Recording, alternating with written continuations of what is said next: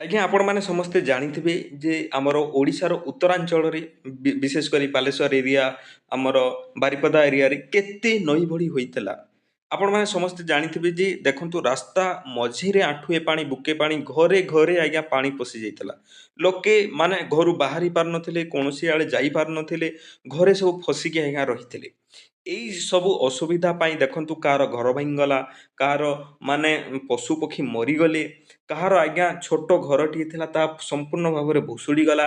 କାହାର ଛେଳି, ଗାଈ, ମଇଁଷି ସବୁ ଭାସିକି କୁଆଡ଼େ ପଳେଇଗଲେ ସେମାନେ ପାଇଲେ ନାହିଁ। ଲୋକମାନେ ଖାଇବା ପାଇଁ ପାଇଲେ ନାହିଁ। ଦିନ, 2 ଦିନ, 3 ଦିନ ଧରିକି ହନ୍ତସନ୍ତ ହେଲେ।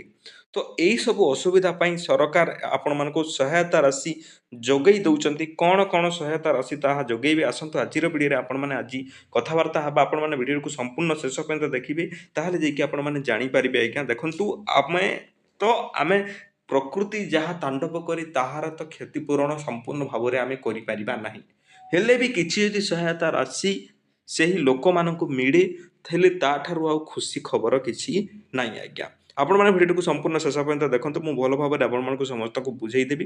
ଆଉ ଗୋଟିଏ ଜିନିଷ ଆଜ୍ଞା ମୁଁ ଗୋଟେ କଥା କହିବା ପାଇଁ ଚାହୁଁଛି, ଯଦି ଭିଡ଼ିଓ ଯଦି ଭଲ ଲାଗିଲା ଭିଡ଼ିଓଟିକୁ ଲାଇକ୍ କରିବେ ଆଉ ସାଙ୍ଗମାନଙ୍କ ନିକଟକୁ ନିହାତି ଭାବରେ ସେୟାର କରିବେ। ଭିଡ଼ିଓ ଯଦି ଭଲ ଲାଗିଲା ଦେଖିବେ, ନହେଲେ ମୁଁ ଆପଣମାନଙ୍କୁ ଜବରଦସ୍ତି କରୁନାହିଁ। ଭିଡ଼ିଓ ଯଦି ଭଲ ଲାଗିଲା ତାହେଲେ ସବସ୍କ୍ରାଇବ୍ କରିବେ, ନହେଲେ ଆପଣମାନଙ୍କୁ ମୁଁ କିଛି କହିବି ନାହିଁ। ଆଉ ଗୋଟେ ମୁଁ ଘୋଷଣା କରିବା ପାଇଁ ଚାହିଁବି, ଆପଣମାନେ ଯଦି ଟିକେ ଅଧେ ବି ଯଦି ଇଂରାଜୀ ପଢ଼ି ଜାଣନ୍ତି, 10 ପାସ୍ କରିଛନ୍ତି, +2 ପାସ୍ କରିଛନ୍ତି, ଟିକେ ଅଧେ ଇଂରାଜୀ ପଢ଼ି ଜାଣୁଛନ୍ତି, ତାହେଲେ ନିହାତି ଭାବରେ ଡେସ୍କ୍ରିପସନ୍‌ରେ ଆମର ହ୍ୱାଟ୍ସଆପ୍‌ର ଲିଙ୍କ୍ ଦେଇଛି, ସେଠି ଯାଇକି କଣ୍ଟାକ୍ଟ କରନ୍ତୁ। ଆପଣମାନେ ଘରେ ବସିଥାଇକି ଆପଣଙ୍କର ସୋସିଆଲ ମିଡ଼ିଆକୁ ବ୍ୟବହାର କରିକି ଆପଣ ଯେଉଁ ଇନଷ୍ଟାଗ୍ରାମ, ଫେସବୁକ୍ ଚଲାଉଛନ୍ତି ନା ନାହିଁ, ତାକୁ ବ୍ୟବହାର କରିକି ଆପଣମାନେ ମାସିକ 30,000 ରୁ 40,000 ଟଙ୍କା ରୋଜଗାର କରିପାରିବେ। କେମିତି କ'ଣ କରିବେ ଆପଣମାନେ ମୋତେ ମେସେଜ୍ କରନ୍ତୁ। ମୁଁ ସମ୍ପୂର୍ଣ୍ଣ ଡିଟେଲ୍ସ ଆପଣମାନଙ୍କୁ ବୁଝେଇଦେବି। ଡେସ୍କ୍ରିପସନ୍‌ରେ ତା'ର ହ୍ୱାଟ୍ସଆପ୍ ଲିଙ୍କ୍ ରହିଛି।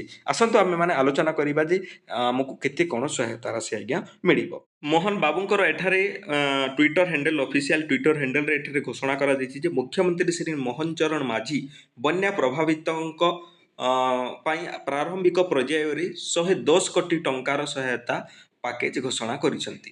ଚୂଡ଼ାନ୍ତ କ୍ଷୟକ୍ଷତି ଆକଳନ ପରେ ଆବଶ୍ୟକ ସମସ୍ତ ଆର୍ଥିକ ସହାୟତା ଯୋଗାଇ ଦିଆଯିବ। ଯେ ଯାହାର ବି ଯେତେ କ୍ଷୟକ୍ଷତି ହୋଇଛି ସମସ୍ତଙ୍କର ଆଜ୍ଞା ଏଠାରେ ଆର୍ଥିକ ସହାୟତା ସମସ୍ତଙ୍କୁ ଯୋଗାଇ ଦେବେ ସରକାର।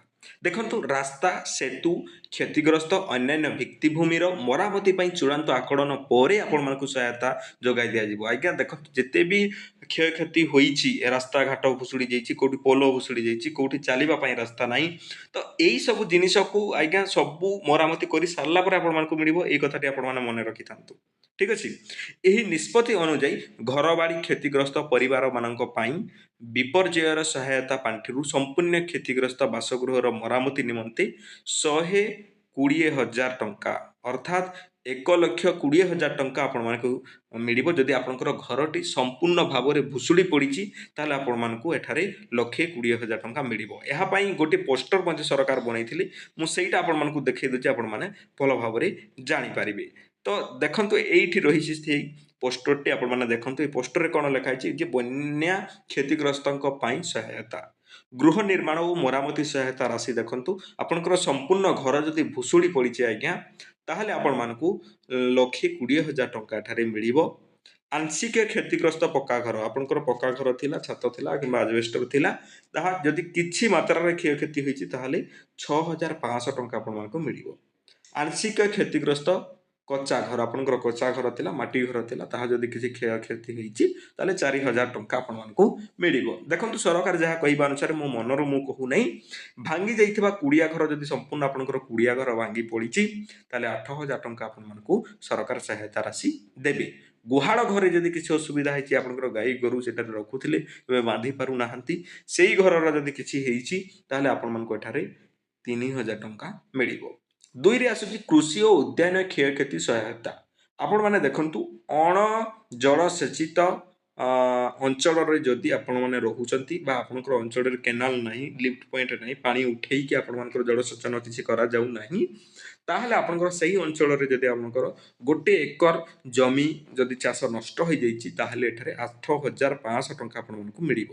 କେଉଁଠି ଆପଣମାନେ ଆପ୍ଲାଏ କରିବେ, କାହାକୁ ଯାଇକି କହିବେ, କ'ଣ କଲେ ଆପଣମାନେ କରିବେ, ଦେଖନ୍ତୁ ମୁଁ ସେଥିପାଇଁ ଅଛି। ଆପଣମାନଙ୍କୁ ମୁଁ ଭଲ ଭାବରେ ବୁଝେଇଦେବି। ଭିଡ଼ିଓଟିକୁ ଶେଷ ପର୍ଯ୍ୟନ୍ତ ଆପଣମାନେ ଦେଖୁଥାନ୍ତୁ। ଏ ପର୍ଯ୍ୟନ୍ତ ଯଦି ଭିଡ଼ିଓ ଯଦି ଭଲ ଲାଗୁଛି ଭିଡ଼ିଓଟିକୁ ଏବେ ହିଁ ଲାଇକ୍ କରନ୍ତୁ ଓ ସାଙ୍ଗମାନଙ୍କ ନିକଟକୁ ନିହାତି ଭାବରେ ଏବେ ହିଁ ସେୟାର କରନ୍ତୁ। ଜଳସେଚିତ ଜମି ଯେଉଁ ଅଞ୍ଚଳରେ କେନାଲ ଅଛି କିମ୍ବା ଲିଫ୍ଟ ପଏଣ୍ଟ ଅଛି, ଜଳ ସେଚନର କିଛି ବା ପାଣି ମଡ଼େଇବାର କିଛି ସୁବିଧା କରିଛନ୍ତି ସରକାର, ସେଇ ଅଞ୍ଚଳରେ ଆପଣଙ୍କର ଯଦି କ୍ଷୟକ୍ଷତି ହୋଇଛି ଚାଷ ଜମି, ତାହେଲେ ଏଠାରେ 17,000 ଟଙ୍କା ଆପଣମାନଙ୍କୁ ସିଧାସଳଖ ଆପଣଙ୍କର ଖାତାରେ ଆସିବ। ବୁଝିପାରିଲେ? ତାପରେ ବାରମାସୀ ଫସଲ ହେଲା ଆମର ଯେକୌଣସି ବି ଫସଲ ଆପଣମାନେ କରନ୍ତୁ, ବାରମାସୀ ତାହା ଆପଣମାନେ ଅମଳ କରନ୍ତି। ତ ସେଇ ଯଦି ବନ୍ୟା ଜଳରେ କ୍ଷୟକ୍ଷତି ହୋଇଛି ତାହେଲେ 22,500 ଟଙ୍କା ଆପଣମାନଙ୍କୁ ମିଳିବ। ଅନୁକମ୍ପାମୂଳକ ସହାୟତା ଏଠାରେ କୁହାଯାଉଛି ଆଜ୍ଞା, ଯଦି 6 ଜଣ ମୃତକଙ୍କ ନିକଟତମ ପରିବାରଙ୍କୁ ଏଠାରେ 24 ଲକ୍ଷ ଟଙ୍କା ମୋଟାମୋଟି ଦିଆଯିବ। ବୁଝିପାରିଲେ? ଏଠାରେ 6 ଜଣଙ୍କୁ ଏଠାରେ ଦିଆଯିବ ବୋଲିକି କୁହାଯାଉଛି। ଏଠାରେ ଦେଖନ୍ତୁ 4ରେ କ'ଣ ଆସୁଛି, ମୃତ ଗୃହପାଳିତ ପଶୁଙ୍କ ପାଇଁ ସହାୟତା। ଆପଣଙ୍କର ଦୁହାଡ଼ିଆ ଗାଈ ବା କ୍ଷୀର ଦେଉଥିବା ଗାଈ ଯଦି ମରିଯାଇଛି କିମ୍ବା ଭାସି ଯାଇଛି, ହଜିଯାଇଛି, ତାହେଲେ 36,500 ଟଙ୍କା ଏଠାରେ ସରକାର ଆପଣମାନଙ୍କୁ ସହାୟତା ରାଶି ଦେବେ। ତାପରେ ଏଠାରେ ଭାରବାହୀ ପଶୁ ବଳଦ, ଆମର ପୋଢ଼, ମଇଁଷି ଏଠାରେ ଲେଖା ହେଇଛି। ଦେଖନ୍ତୁ ଭାରବାହୀ ତ ମଇଁଷିମାନେ ବି ଭାର ବୁହନ୍ତି।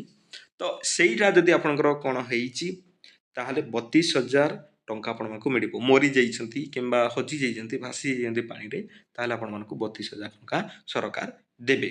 ବାଛୁରୀ, ଗଧ ଏବଂ ଯଦି ଆପଣଙ୍କର ତାହା ହଜି ହୁଜା ଯାଇଛି ତାହେଲେ ସେଟା 20,000 ଟଙ୍କା ଦେବେ। ଛେଳି ବା ମେଣ୍ଢା ଯଦି ହେଲେ 4,000 ଟଙ୍କା ଆପଣମାନଙ୍କୁ ମିଳିବ। ତ ଆଇ ହୋପ୍ ଆପଣମାନେ ସମସ୍ତେ ବୁଝିଯାଇଥିବେ।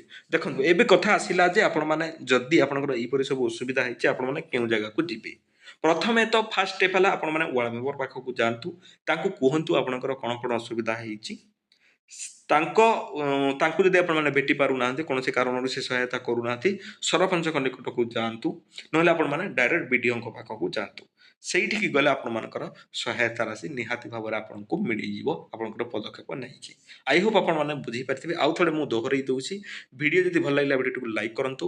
ଆପଣମାନେ ଯଦି ଘରେ ବସି ଯାଇକି ଟଙ୍କା ରୋଜଗାର କରିବା ପାଇଁ ଚାହୁଁଛନ୍ତି ତାହେଲେ ଡେସ୍କ୍ରିପସନ୍ରେ ଆମର ରହିଛି WhatsApp number, WhatsApp link, chat link ରହିଛି। ଆପଣମାନେ ଯାଇକି ସେଠି ମେସେଜ୍ କରନ୍ତୁ, ଆପଣମାନଙ୍କୁ ସମ୍ପୂର୍ଣ୍ଣ ଡିଟେଲ୍ସ ମିଳିଯିବ। ଆପଣମାନେ ଜାଣିପାରିବେ ଯେ ଘରେ ବସିଥାଇକି ଆପଣମାନେ କେମିତି ରୋଜଗାର କରିବେ, ଆପଣମାନେ ଯଦି ଟିକେ ଅଧେ ଇଂରାଜୀ ପଢ଼ି ଆପଣମାନଙ୍କୁ ଆସେ। ପୁଣି ଦେଖା ହେବା ଏକ ସୁନ୍ଦର ଭିଡ଼ିଓରେ।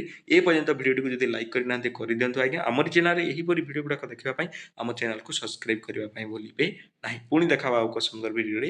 ସେ ପର୍ଯ୍ୟନ୍ତ ଆପଣମାନେ ମୋତେ ବିଦାୟ ଦିଅନ୍ତୁ। ଧନ୍ୟବାଦ।